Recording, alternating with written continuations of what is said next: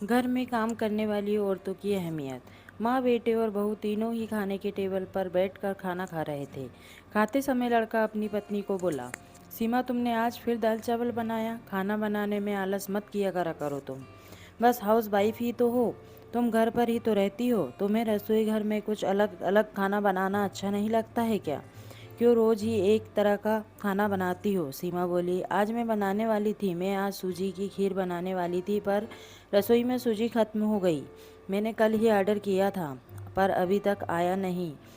कोई बात नहीं, मैं कल बनाऊंगी। रसोई घर में कुकर की सीटी बजती है और खाना के समय सीमा रसोई घर में जाती है। रसोई घर से वापस आते वक्त डाइनिंग टेबल पर बैठकर सीमा बोली, मैंने कुकर में आलू डाले हैं, शाम को मैं आलू बड़े बनाने वाली हूँ। यह सुनकर उसके सास को भी खुशी हुई। गोपाल बोला, अच्छा है, तुम दोनों को तुम्हारी पसंद की चीज़ बनाने और खाने में बहुत मज़ा आता है। ऐसे में दरवाजे की बेल बजी। सीमा वापस खाने के टेबल पर से उठी और दरवाज़ा खोला। डिलीवरी बॉय सूजी लेकर खड़ा था। पार्सल लेकर सीमा वापस खाने के टेबल पर खाना खाने के लिए बैठी। तभी माँ बेटे से बोली कि तूने अगर दरवाज़ा खोला होता तो फिर क्या होता? बेचारी ठीक से खाना भी अच्छे से नहीं खा सकती। तो बेटा बोला, सारी, मैं उठ नहीं सकता, मुझे ऑफिस जाने के लिए देर हो रही है।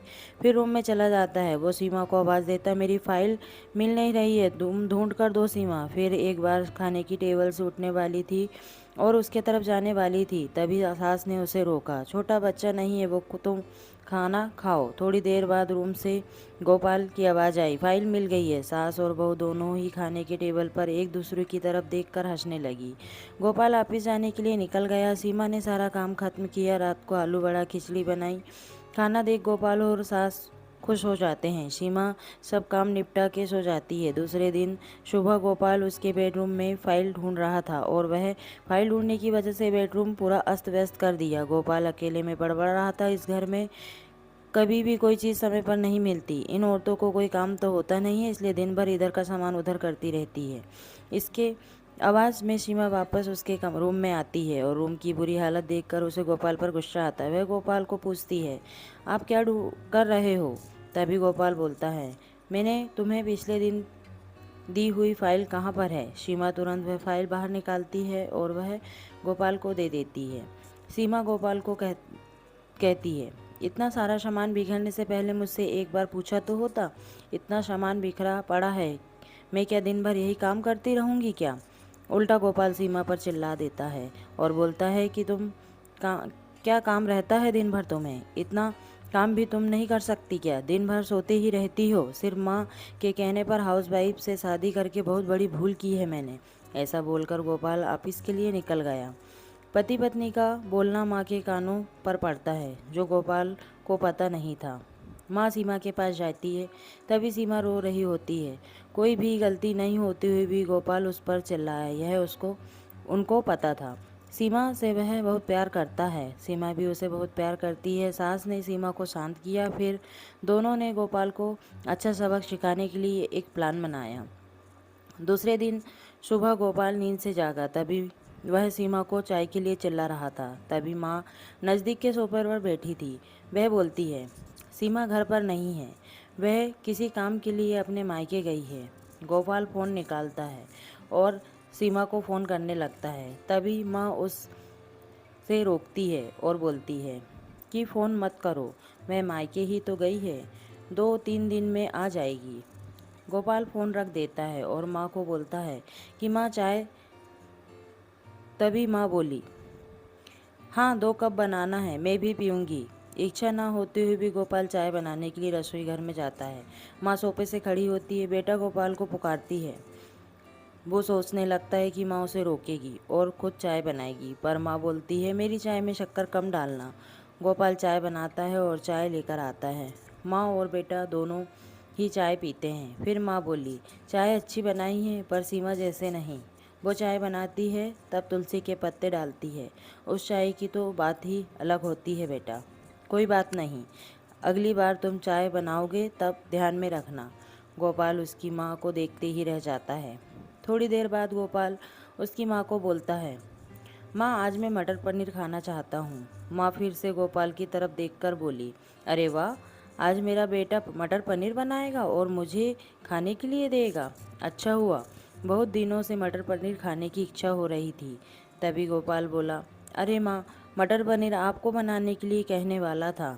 तभी उसे माँ बोली, नहीं बेटा, मेरे घुटनों में बहुत दुखते हैं, मैं इतनी देर रसोई घर में खड़ी नहीं रह सकती।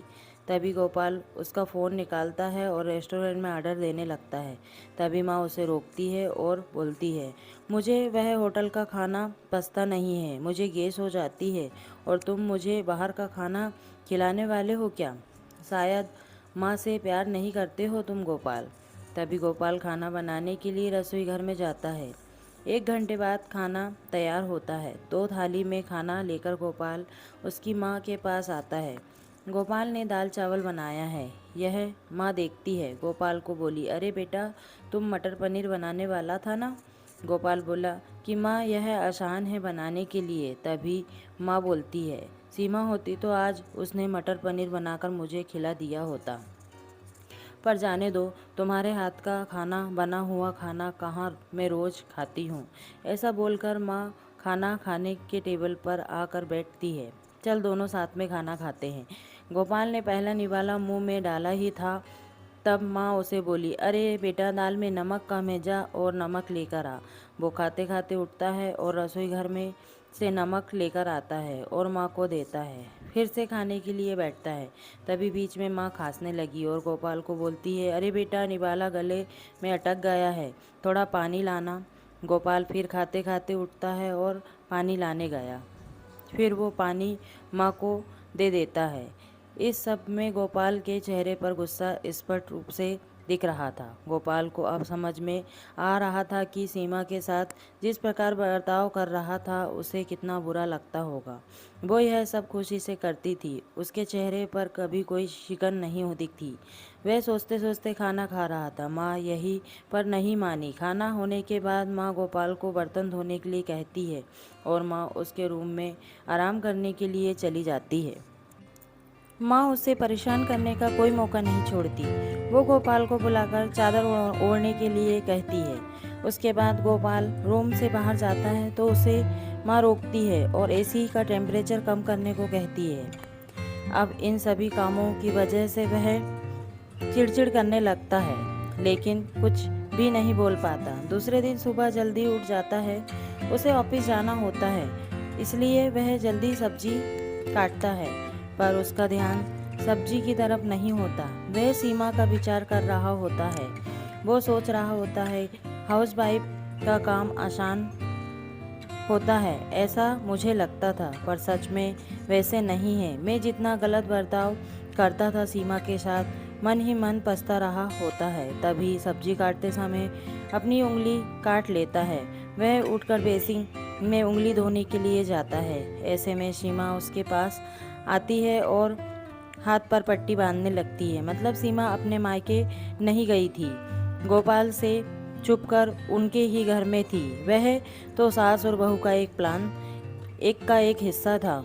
गोपाल सीमा को देखकर खुश हो जाता है। वह उससे माफ़ी मांगता है। वह सीमा को बोलता है कि घर का काम करना बहुत आसान होता है, तुम घर पर रहती हो, तुम्हें क्या काम रहता है, ऐसा मैं हमेशा बोलता था, पर एक ही दिन में मुझे सब समझ में आ गया। मैं तुम्हें ऐसा कभी भी नहीं बोलूँगा और उसके आगे हम एक साथ घर के काम करेंगे। अगर घर हमारे दोनों का है तो घर के काम भी हम दोनों के ही करेंगे। दोनों का बोलना माँ बाहर से सुन रही थी। वे दोनों के लिए बहुत खुश थी। तो दोस्तों, ये छोटी सी कहानी आपको कैसी लगी, प्लीज़ लाइक एंड कमेंट्स करके ज़रूर बताइए और चैनल पर नए हो तो चैनल को ज़रूर से सब्सक्राइब कर दीजिए। मिलते हैं नई कहानी के साथ।